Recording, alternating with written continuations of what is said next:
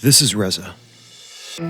Reza arrived in Edmonton on a winter night nearly 50 years ago, a young engineer and a sci-fi junkie who wanted to build the future. Today, he's an Order of Canada recipient known internationally for his work in net zero housing. But Reza never really stopped thinking about the future.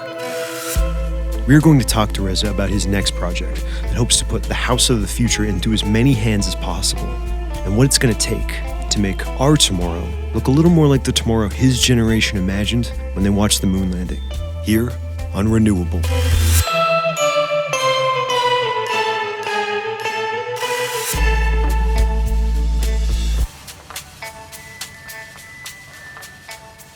Well, I'm an electrical engineer, and I did the master's degree in biomedical engineering. But then what happened was Armstrong walked on the moon. I have been a science fiction junkie as a kid, from grade 4 on. That was really what changed everything, for me. And I wanted to be part of the new wave. Well, we have been building sustainable homes or energy-efficient homes for a long time, actually. Our vision statement, 12 years, 11 years ago, really was to help industrialize the construction process. Industrialize the construction process. But if you want to know why what Reza was suggesting was so shocking and what it has to do with sustainability, first you need to know some things about how we currently build buildings. Site building is very, very inefficient. When you build a house on site, you have to send truckloads of lumber and they said dump them on the site. Then it rains, it snows, the lumber gets wasted. There's no planning really for it. Meaning that if we look at the number of trucks it takes to ship the materials to the site, the amount of waste that's left over at the end, and where all the energy to power this process actually comes from, you realize pretty quickly that the amount of carbon that we expend to build just one house. It's unbelievable. It's crazy. You take all these into account, then we thought that, we better start actually manufacturing inside. So we rented a small place. We started to experiment. An experiment. Most houses are built almost entirely from scratch where they stand. But Reza's insight was that this process was generally wasteful and expensive, and that expense stopped most builders from spending money on making houses that were energy efficient. So, he brought the process indoors.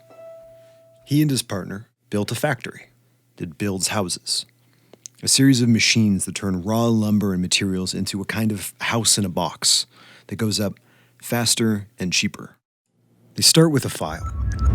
A set of instructions that tells very precise machines how to cut the wood that makes up the house. The machine cuts the wood down to the millimeter, so there's almost no scrap wood left over. What little scrap there is gets mulched and used in landscaping. Then, everything gets fit together like a jigsaw puzzle. They finalize the walls, adding doors, windows, and insulation. And at that point, the house is pretty much ready to transport and assemble on site, kind of like a Lego kit. I guess Lego-esque, explains some of it. But so everybody, it's interesting, it really does have a kind of a Silicon Valley shape, sort of. But the other beautiful thing about that really was that when you start a process, it may be expensive to begin with, but as you do it more and more, you come up with more innovative ideas that you can actually do it better at better price. So we kept bringing the cost down. And then we had a reason. We said that this thing is going to happen anyways. It's going to be forced on us. The code's going to change. And when the code changes, we can build it cheaper than others. And that's exactly what has happened. Which brings us to Reza's new project, a net zero house for everybody. See, net zero houses that produce as much energy as they consume, are typically really expensive. They're really necessary for us to have a sustainable future that works, but they're not cheap. Reza realized that by refining the construction process, he could lower the cost of building the house, which meant even with the cost of making it net zero, his homes could still be competitive and affordable. It all came down to process.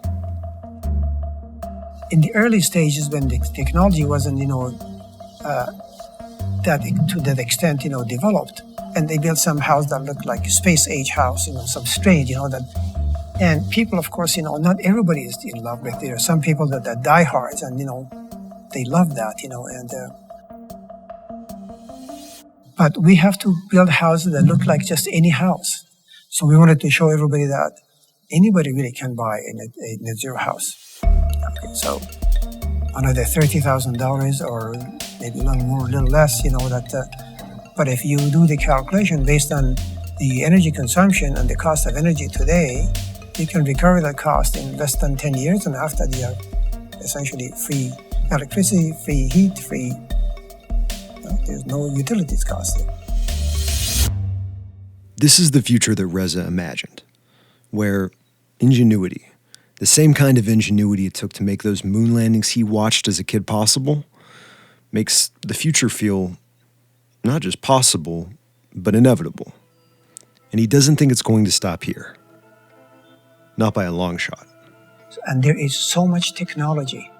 So the same kind of technologies that brought a lot of wealth in the last centuries, and the same kind of things actually is happening now with the clean energy. It actually is going to bring another renaissance, and that's going to be the biggest and most major renaissance in this world. That's going to change things.